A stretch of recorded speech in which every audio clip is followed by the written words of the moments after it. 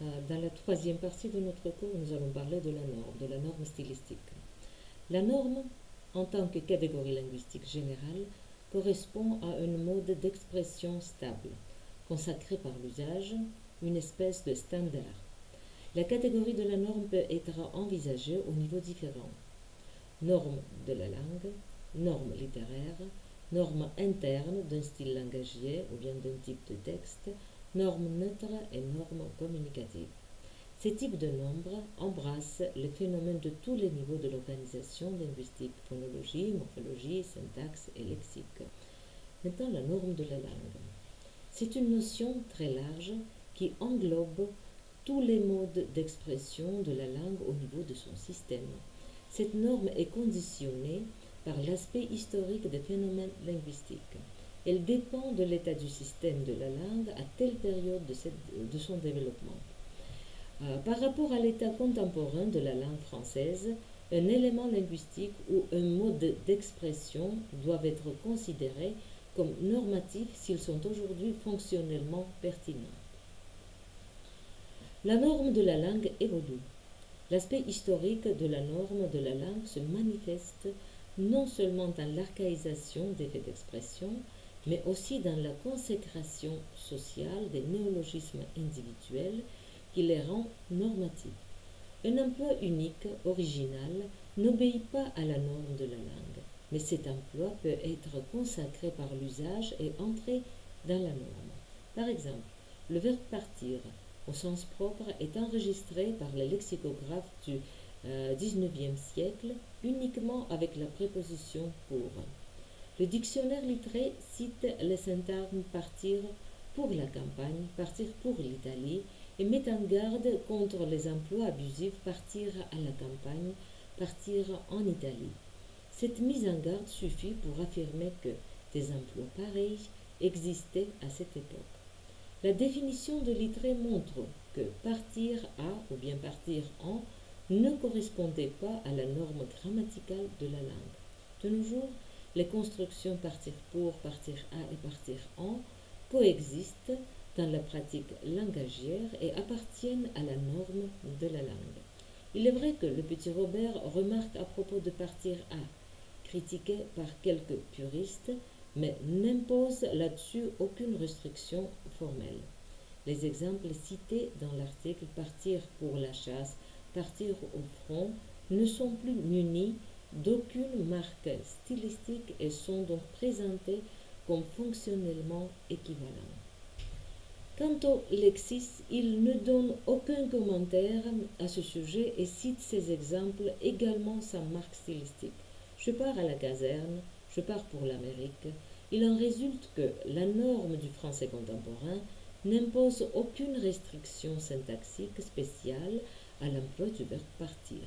L'usager choisit la préposition d'après le sens, c'est-à-dire parmi celles qui désignent la direction du déplacement. En dehors de la norme de la langue se trouvent des unités linguistiques sorties d'usage, des néologismes individuels n'étant pas consacrés par l'usage et toutes sortes de langages secrets, de codes fermés, inaccessibles aux usagers, tels l'argot des malfaiteurs, etc. Tous les styles langagiers du français contemporain, y compris le style familier, le style populaire et argotique, sont normatifs de ce point de vue, à condition d'être fonctionnellement pertinents pour les usagers de la langue. L'aspect subjectif et culturel de la norme se manifeste ici avec moins d'évidence, sauf dans des jugements du type « ça ne se dit plus » ou bien « on ne dit pas comme ça ». On trouve de curieux exemples de l'évolution de cette norme dans l'ouvrage de Le Guay, Le parler vivant au XXe siècle, dont le but, selon l'auteur, est de montrer dans quel cas la règle et l'usage actuel concordent ou diffèrent, dans quelle mesure leur divergence se justifie ou non. La règle est représentée, selon Le Guay, par le dictionnaire de l'Académie française. Par l'usage, il entend le bon usage, consacré par les bons auteurs. Néanmoins, les lexicographes contemporains incluent dans leur dictionnaire certains échantillons du langage populaire et de l'argot, quelques mots grossiers et vulgaires. Par conséquent, les mots tels que salaud, salope, dégueulasse, foutre, etc., peuvent être considérés comme normatifs de ce point de vue, puisqu'ils sont largement répandus en communication. Maintenant, la norme littéraire. La notion de la norme littéraire est plus étroite et impose plus de restrictions aux modes d'expression respectifs. Elle est représentée par une langue soutenue, soignée, par un standard littéraire considéré comme le meilleur échantillon de la langue. C'est le langage conforme à la norme littéraire qui est propagé par le système d'éducation nationale et par les masses médias.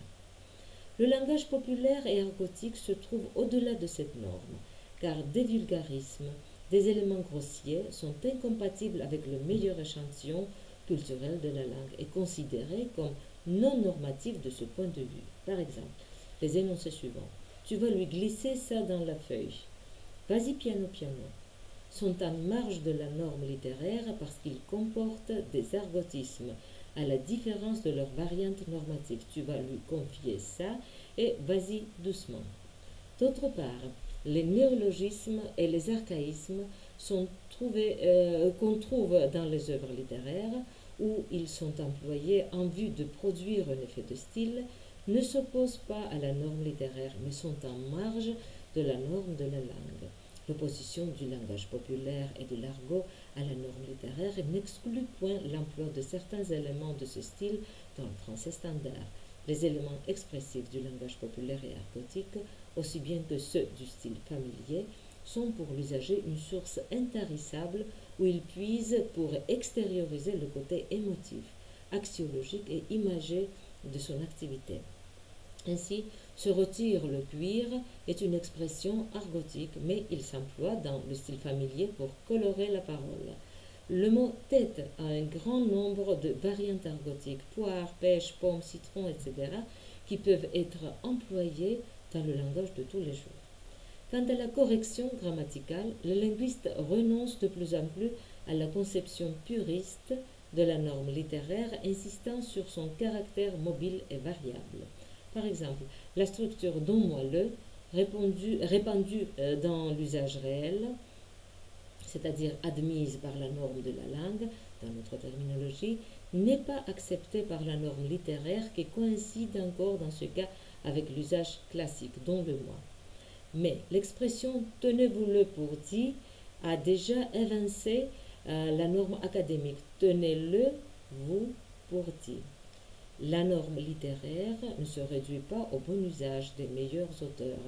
Elle embrasse des phénomènes plus vastes, mais sert quand même de modèle dans divers modes de l'expression écrite et orale.